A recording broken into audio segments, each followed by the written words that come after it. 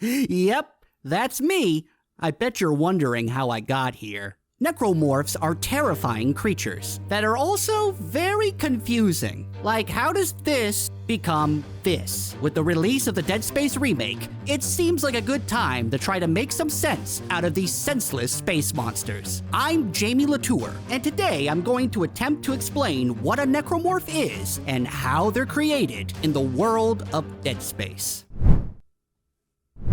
What exactly is a necromorph? Necromorphs are beings that are made out of deceased biological matter, aka corpses. How does one go from a fine corpse into a considerably less fine necromorph? For the most part, necromorphs are born when dead tissue is within the radius of strange extraterrestrial structures known as markers. No one knows exactly where these markers came from or who built them. All we do know is that they act as a radio tower that transmits an electromagnetic signal. This signal has differing effects on living and non-living people. As seen in Isaac throughout the entire Dead Space series, these signals have the potential to drive a living person completely insane. As for very dead humans, this signal causes bodies to rearrange themselves into the horrifying necromorphs that we all know and love. Markers are responsible for the creation of most necromorphs. However, they can be created another way. While they're not exactly space zombies, the mutated cells of a necromorph do act as a sort of pathogen that, when spread or injected into a living human or non-living human, can turn them into a necromorph. Special brands of necromorphs, such as swarms and infectors, can even transform a regular, boring old human into a necromorph instantaneously. Where necromorphs differ from zombies, however, is that their brains aren't the driving force behind their homicidal tendencies. The marker's signal acts as a hive mind for necromorphs, giving them all one common goal,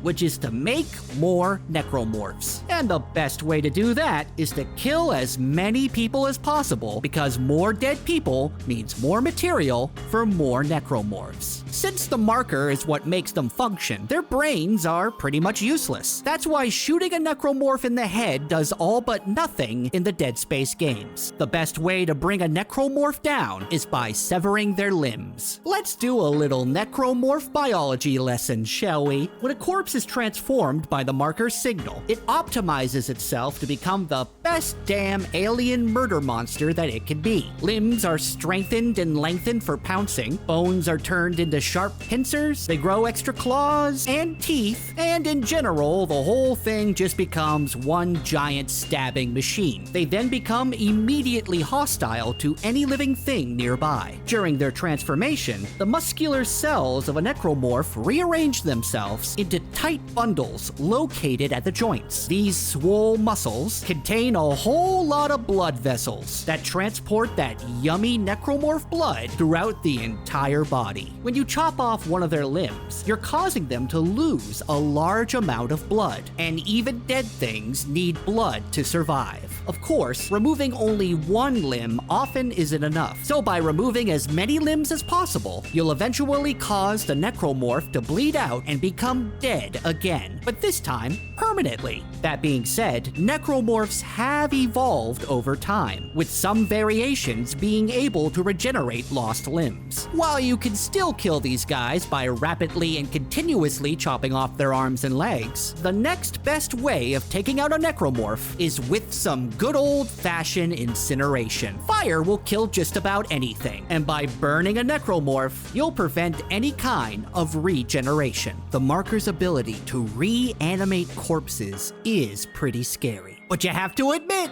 it's also pretty neat. Some people thought it was so neat that they created an entire religion based around the markers. Unitology is mentioned multiple times across the Dead Space games. Its followers believe that the markers will help humanity ascend beyond this mortal coil and be reborn into higher beings. Those higher beings being, of course, necromorphs. The people who follow this religion are either very stupid or very crazy. A special kind of of crazy caused by the dementia which they got from being exposed to the marker's signal. At this point, the intentions and origins of the markers is still a mystery, and it's unlikely that we'll ever truly find out why they want to make everything so stabby. But thankfully, we do know the one thing that could stop the markers and the necromorphs, and that's one random guy with an engineering degree. Man, imagine if he had decided to be a dentist instead. We'd all be screwed.